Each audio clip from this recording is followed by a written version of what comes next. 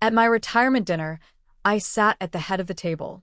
My name was frosted onto the cake, and my pension documents sat neatly in a folder beside it. My wife lifted her glass for a toast. Our son and daughter stood beside her, grinning as if they'd already claimed victory. Then, without warning, she pushed a stack of papers toward me. Divorce, she said. Effective immediately. My daughter let out a low laugh. Congrats on 40 years down the drain, old man. I didn't flinch. No outburst, no protest. I calmly reached into my coat pocket, pulled out a pen, and signed the papers. Understood, I said. That night, I cleared out my office. By sunrise, I had disappeared. 3 days later, the phone began to ring. 43 calls. I ignored them all. They thought they were playing the long game, but I had been preparing in silence. I used to believe in loyalty. I gave 4 decades to one company, missed every important event to chase a promise of stability for them. Elaine, my wife, had stopped reaching for my hand a decade ago. Marcus, my son, only called when he needed money. Sophie, my daughter, learned young that a sharp tongue got results. Still, I held on. I worked. I paid. I hoped. But there were signs. Elaine's girls' weekends stretching through the workweek. Marcus showing off a car I never approved. Sophie always too eager to help with my phone, always starting with the banking apps. I told myself we were still a family. But real love doesn't act like you're invisible.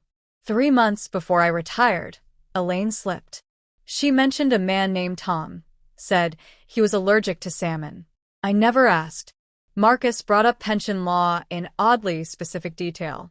Sophie left a sticky note on my desk, casually suggesting I update my beneficiary information on behalf of her mother. That's when I stopped speaking and started observing. Quietly, I made my move. I told HR to direct all future mail to a private P.O. box.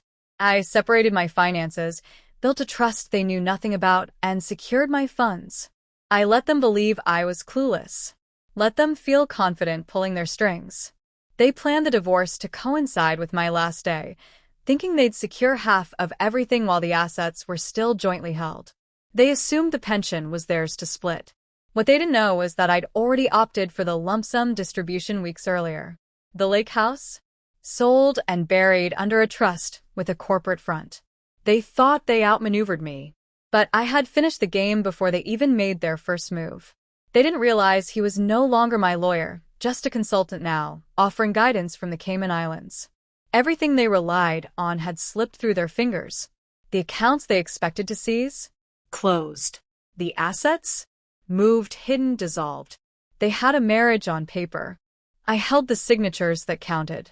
By the time they caught on, it was already done.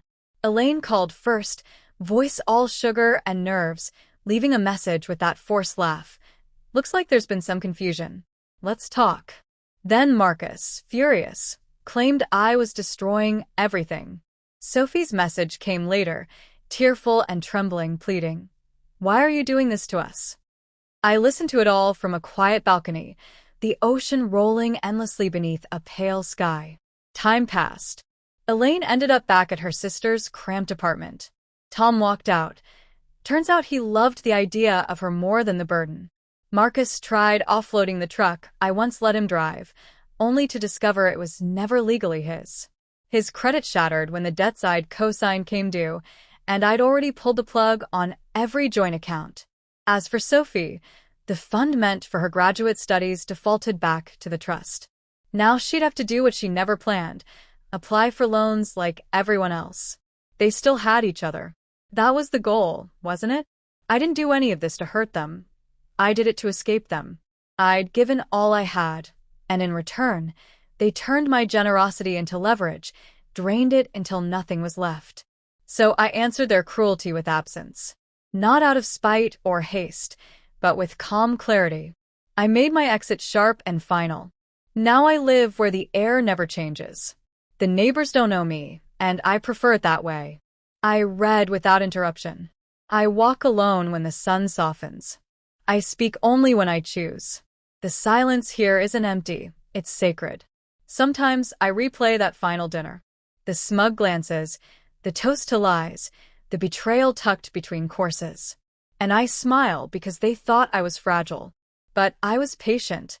I waited for them to overreach, so I could step away, not as a victim, but as someone who had already disappeared. By the time they acted, I was long gone. They mourned the man they thought they destroyed, never realizing I'd already started over, free of them.